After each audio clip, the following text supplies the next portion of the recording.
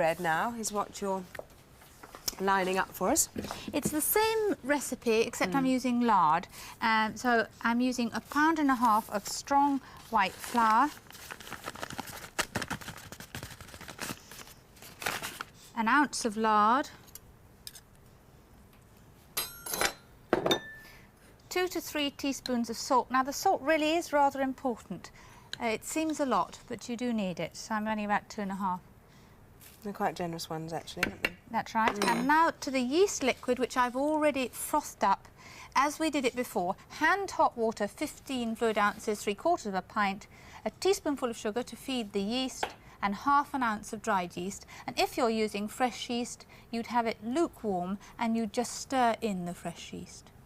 Right. And I'm going to do this by machine. First of all, you want to rub the fat into the flour. Does it do just as good a job in the machine? It does it very efficiently, and it's very good. So you first of all rub the fat into the flour to begin with, and that isn't quite rubbed in, but imagine that it is, and then add all the liquid at once. And how long do you have to mix that for?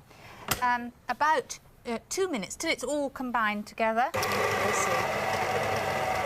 Or read the instructions in the book, and then when it's all combined together, then knead it for a further 2 minutes, and you get the same action that you would be doing kneading yourself, only they do it like that. Very good for people who perhaps haven't got the strength in their arms or whatever. Yes, it's very good, and it's very quick for regular bread makers.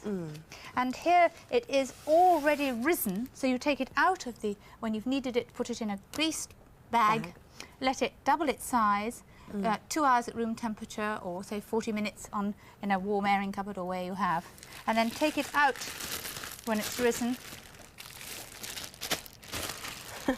Lops out, doesn't it? There we are.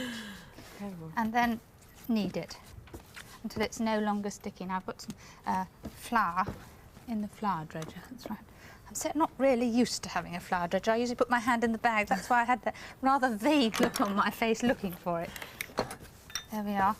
Knead it, and this is knocking it back. The same movement. And you continue that for?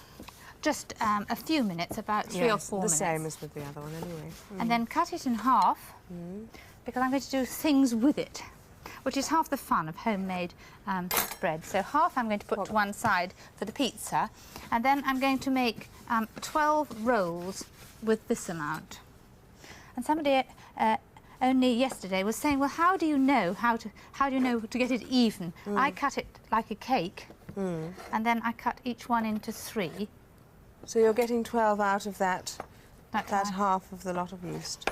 Right. So I'm just going to start kneading. Now you can either knead your rolls like this. But then do you have lots of little bits and I find it better. That's roundness? the usual way. Yes. Then if you do it like that, I find it much better. Onto a 7 by 11 about sized tin. So you do it just like that? You don't do that initial sort of all the folding in of the bits? I think it's much easier this way. Press right down, not too much flour on the table, and put them on the tray. That one's a bit bigger, I wasn't very even. And then put 12 on the tray, and then let them swell. Put a bag over them and let them swell until they're like these over here, Judy. Yes. And then they will swell to that size, and then you can brush them with milk if you like. Bake them at 425, that's number 7, for about 30 minutes. And then what about freezing them? If you freeze them, presumably you'd keep them in the block. That's right. Like that. And so take them out of the tin, cool them on a wire rack, and they want to be nice and brown underneath, and freeze them in a polythene bag. Ideal, actually, just in time for Jubilee presentations and all sorts of things. You could have parties and have loads of bread ready. And you can make garlic bread too, if you wish. I love now that. to the other half, and let's make a pizza from it. So those I'd complete cover with a polythene bag. The pizza, I'm using half the dough. Just press it out. No rolling pin. Now, this is half the dough. If you're very figure conscious, as we are from time to time, you can even use half that amount again and Just make want a a thin very layer. thin one. But you don't skimp yourself, I know, on the filling, which I think is what is the essence of a good pizza, isn't it? If you can put a jolly good lot of stuff on the top. Yes, now that's sort of semi-round. You could do it to the oblong if you wish. And to the topping, I've already made it, Judy. I've fried an onion in this pan in a little oil, a large onion, and I fried it until it was pale golden. I then tipped into the pan a 14-ounce can of tomatoes and the juice, and pepper and salt and a dash of sugar. And I boiled it and boiled it until all the liquid had been driven off. I'm adding a little chopped marjoram. That's this herb here. It's nice and leafy now, and it goes very well with tomatoes. You could use basil. Tip that onto the top when it's slightly cool. Spread it over. And you can see I am being generous with it because the bought pizzas are skimpy. I've never found one that's got enough topping. Neither have I, actually. They're very dry, I think. Then about 2 ounces, I've got about 3 here, of cheese. Any cheese, that's cheddar, is it? Yes, and often you can get it from already grated in a delicatessen shop. They do it for you with the ends of cheese.